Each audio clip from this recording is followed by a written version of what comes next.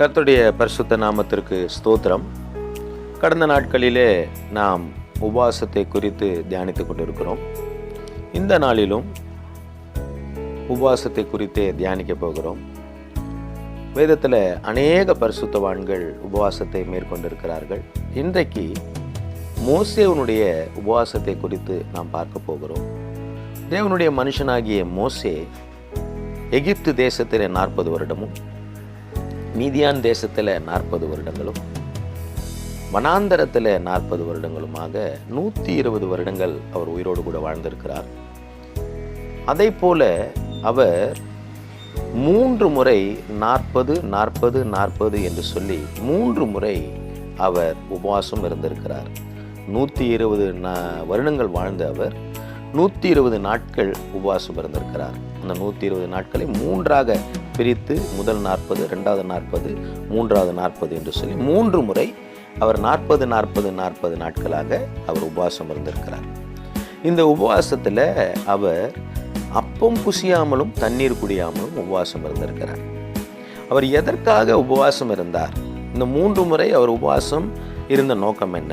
அதை தான் நாம் பார்க்க போகிறோம். முதல் முறையாக அவர் உபவாசம் மேற்கொண்டது யாத்ராகம புத்தகம் 24வது அதிகாரம் 12 - 18வது வசனம் வரைக்கும் மற்றும் உபாகம புத்தகம் 9வது அதிகாரம் 9வது வசனத்திலும் கொடுக்கப்பட்டிருக்கிறது. யாத்ராகமம் 24:12. அப்பொழுது கர்த்தர் மோசேயை நோக்கி, நீ மலையின் மேல் என்னிடத்திற்கு ஏறி வந்து அங்கே இரு. நான் உனக்கு கற்பலகைகளையும் நீ அவர்களுக்கு உபதேசிப்பதற்கு நான் எழுதின நியாய பிரமாணத்தையும் கற்பனைகளையும் கொடுப்பேன் என்றார்.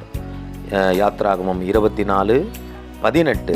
மோசே மேகத்தின் நடுவிலே பிரவேசித்து மலையின் மேல் ஏறி இரவும் பகலும் 40 நாள் மலையில் இருந்தான்.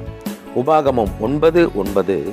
கர்த்தர் உங்களோடே பண்ணின உடன்படிக்கை பலகைகளாகிய கற்பலகைகளை பெற்றுக்கொள்ளும்படி நான் மலையின் மேல் ஏறின போது 40 நாள் இரவும் பகலும் மலையின் மேல் தங்கி அப்பம் புசியாமலும் தண்ணீரும் குடியாமலும் இருந்தேன்.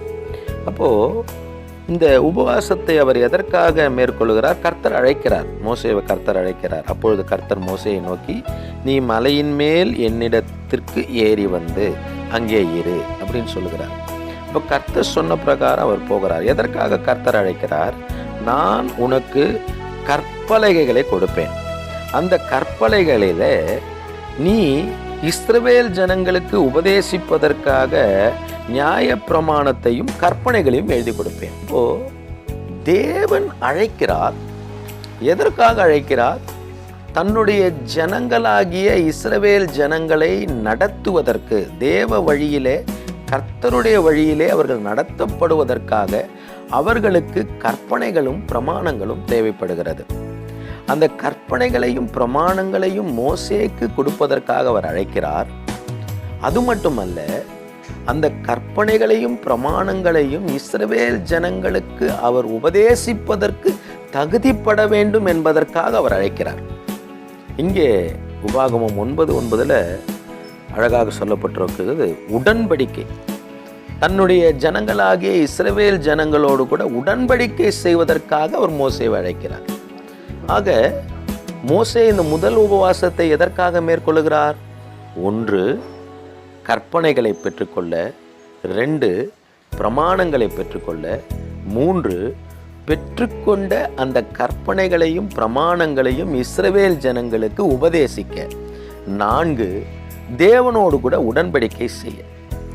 இந்த காரணத்திற்காக மோசே உபவாசம் இருக்கிறார். எப்படி இஸ்ரவேல் ஜனங்கள் வனாந்தரத்திலே இருந்தார்களோ அதை போல நாமும் எகிப்து என்கிற உலகத்திலிருந்து விடுவிக்கப்பட்டு பரம கானானை நோக்கி பிரயாணத்திலே இருக்கிற வனாந்தரத்திலே நாம் இருக்கிறோம். இந்த வனாந்தர பாதையில நமக்கு கற்பனைகள் தேவைப்படுகிறது, நமக்கு பிரமாணங்கள் தேவைப்படுகிறது, நமக்கு தேவனுடைய உடன்படிக்கை தேவைப்படுகிறது. அதை பெற்றுக்கொள்வதற்காக நாம் உபவாசம் இருக்க வேண்டும். இதை சுருக்கமாக சொன்னால், தேவனுடைய வழி நடத்துதலுக்காக, தேவனுடைய சித்தத்தை அறிந்து கொள்வதற்காக, தேவ திட்டத்தை அறிந்து கொள்வதற்காக நாம் உபவாசம் இருக்க வேண்டும். ரெண்டாவது, நாம் அறிந்து கொண்ட அந்த தேவ சித்தத்தை, தேவ திட்டத்தை மற்றவர்களுக்கு சொல்லிக் கொடுப்பதற்காக, மற்றவர்களுக்கு உபதேசிப்பதற்காக, மற்றவர்களுடைய தேவ திட்டம், தேவனுடைய சித்தம் என்ன என்பதை அறிந்து அவர்களுக்கு அதை சொல்லிக் கொடுப்பதற்காக, அந்த தேவ திட்டத்தை மற்றவர்களுக்கு உபதேசிப்பதற்கு நாம் தகுதியுடையவர்களாக மாறுவதற்காக நாம் உபவாசிக்க வேண்டும். ஒன்று, கற்பனை, பிரமாணங்கள், உடன்படிக்கை என்கிற அந்த தேவ திட்டத்தை பெற்றுக்கொள்வதற்காக நாம் உபவாசம் இருக்க வேண்டும். இரண்டாவது, மற்றவர்களை தேவனுடைய கற்பனையிலே, பிரமாணத்திலே, அந்த உடன்படிக்கையிலே கொண்டு வந்து அவர்களை நடத்துவதற்கு நாம் தகுதி உடையவர்களாக மாறுவதற்காக உபவாசம் இருக்க வேண்டும். இந்த நோக்கத்திற்காகவே மோசே உபவாசம் இருந்தார். நாமும் அப்படிப்பட்ட உபவாசத்தை மேற்கொள்வோம். மோசே எந்த நோக்கத்திற்காக உபவாசம் இருந்தாரோ அந்த நோக்கத்தை நாமும் பெற்றுக்கொள்ள, அந்த திட்டத்தை பெற்றுக்கொள்ள உபவாசம் இருப்போம். அதாவது தேவனுடைய கற்பனைகளை, தேவனுடைய பிரமாணங்களை, தேவனுடைய உடன்படிக்கையை பெற்றுக்கொண்ட கற்பனை, பிரமாணம், உடன்படிக்கையை மற்றவர்களுக்கு சொல்லிக் கொடுக்க தகுதி அடைய நாம் உபவாசம் இருப்போம். சுருக்கமாக சொல்ல வேண்டும் என்று சொன்னால், தேவனுடைய வழி நடத்துதலை பெற்றுக்கொள்வதற்காக நாம் உபவாசம் இருப்போம். மற்றவர்களை தேவனுடைய வழி நடத்துதலை நடத்துவதற்கு தகுதி உடையவர்களாக மாறுவதற்காக நாம் உபவாசம் இருப்போம். கர்த்தர் தாமே நம்மை ஆசீர்வதிப்பாராக. தேங்க்யூ. God bless you.